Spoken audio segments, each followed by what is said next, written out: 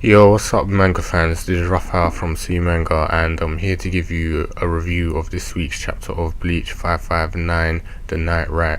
And I definitely enjoyed this chapter. It wasn't, action packed like I'd say the last three were, with Komamura's like brilliant chapters, but this one had quite a lot of content in there, and we starting to learn a bit more about Haschwalth, like his powers and his personality, because he's quite evil, like really and truly. There was two instances in this chapter where I thought this guy has some serious nature, some evil that he's keeping hidden.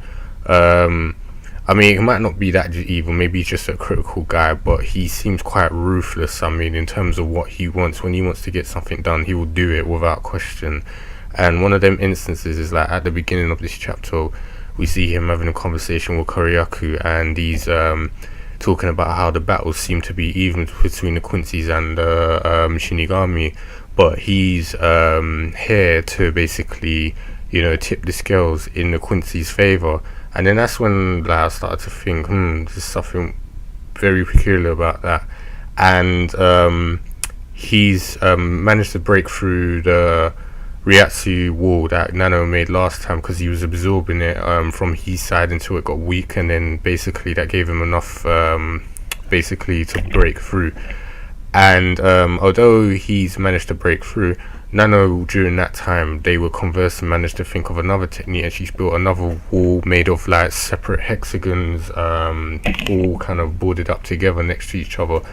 And she said during that time I was thinking of something else, and you probably think it's weaker, but Haschwalth doesn't seem too bothered. He's like, it's like, I'm not going to fall for that. Obviously there's some sort of trap, so I'm going to use more of a violent method. And that's when Nano and basically Koryaku are a bit worried, because it's like he's not going to play their game and try and fall for whatever traps in the Ryatsu barrier. He's basically going to smash it down with most likely his B letter stone ritter power. But luckily for them, he's called away by Juhabush, and basically they might as well say they were saved, because whatever power that is, I definitely think it's going to be something severe. And we see kind of a funny part where Koryaku's like, oh, you're going to come back later? And he's like, yeah, of course I am, as soon as I'm finished. And Koryaku's put his game face on as well and said, okay, I'll have tea ready for you. So you can tell Koryaku ain't messing about no more as well, even though he's always joking. He's definitely saying next time, it's game time, it's on. And yeah, the tension between them two, because I said when Haschwalth like was ready to whatever he was going to do, he used his B letter power, he seemed proper serious, his face changed and all sorts, from the kind of the stoic face he usually holds. So that was, I said, weird to see that on him. After that we see Yumachika, Ikaku and Shuhei, and Ikaku's figured out about the whole shadow thing. He's worried that it's got nighttime and that there's more shadows, because he's sussed on that the Quincy's were hiding in the shadows, so they could jump out at any time, and he's suggesting that it's probably not safe for them to travel recklessly at night. And Shuhei's basically said that they've spread Ryatsu at a high density across the whole of Seroto, so it's made them very difficult to track the Quincy. So it's like it's no longer their home anymore and their battlefield, it's in favor of the Quincy's. It's really hard for them to navigate and to move without being jumped upon. And that's pretty much what happens. We see what looks like the Lucha Libre guy just come jumping in later and look like to do a body slam. So this is where that chapter I thought was probably the best part for me, and how dark it became was we see Kandu and BG9 are being held tied up, and they're back at Juhabush's palace with Haschwalth, and he's basically being called there to judge them. And BG9 surprised me at this point, because he was begging for his life. I thought he was just like an android, but he seemed to have human emotion. He's like, oh, spare me, I've managed to survive, I can still fight. It's thanks to the Volston dig that we managed to come back, so let me live and carry on fighting. And Juha's like, yeah, that's true. But Haschwalth disagrees and says, but the scales of fight must be fair, and the life that was saved by luck, you know, will be killed by misfortune. And this is where it said there was lots more hints. All this talk about balance and you know, things having to be fair was starting to hint towards his power, and I just said it, balance, you know, it's got to be something to do with that B referencing to balance. That must be Haschwalth's power. So yeah, he swings his sword down and it hits Cang on his shoulder, and he's just looking at him. He's like, you forget what my power is, you know, I'm the Iron Cang, that's what the eye's for, so it doesn't look like he can be killed that easily. And he says he refused to be killed by anyone but Juha. And Haschwalth's like, oh, see, so it's your second good luck today. And he's like, whoa. He's like, do you see the scales tipping? And we see some massive scale with the Van der Rich pentagram on top of it, and it's tipping towards them. And we see that where what do you call it, I think it was on the other shoulder, we see that Cang was split in half. So it seems like whatever power Haschwalth have is something to do with balance and things. So if it tips, you know, in favor or in against them, it seems like it cuts that cut that didn't hit him, cut him on the other side, something like that. So his power is like, you know, the scales of fate kind of thing. So that's an interesting power.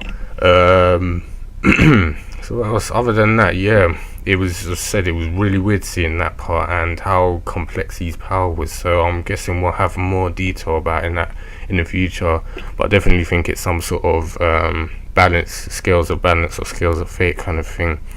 And then the last little bit, we see the Lucha Libre was the guy that was basically sneaking up on Shunhei and the rest, and he's basically looks like he's pinning Shunhei to the ground, and he's like counted, like, you know, for him to tap out 1, 2, 3, and he's won, and basically said no one's here to see it. You know, we beat most of the captain class, but before he's finished his gloating, we see 2 beams of light coming through the sky, and Rukia Renji arrive on the ground, all like kitted out in the same uniform that Ichigo's wearing and ready to battle. And this is where I think that the Lucha Libre guy is going to get his ass handed to you. We're going to see the fruits of the labor of the royal realm, and how much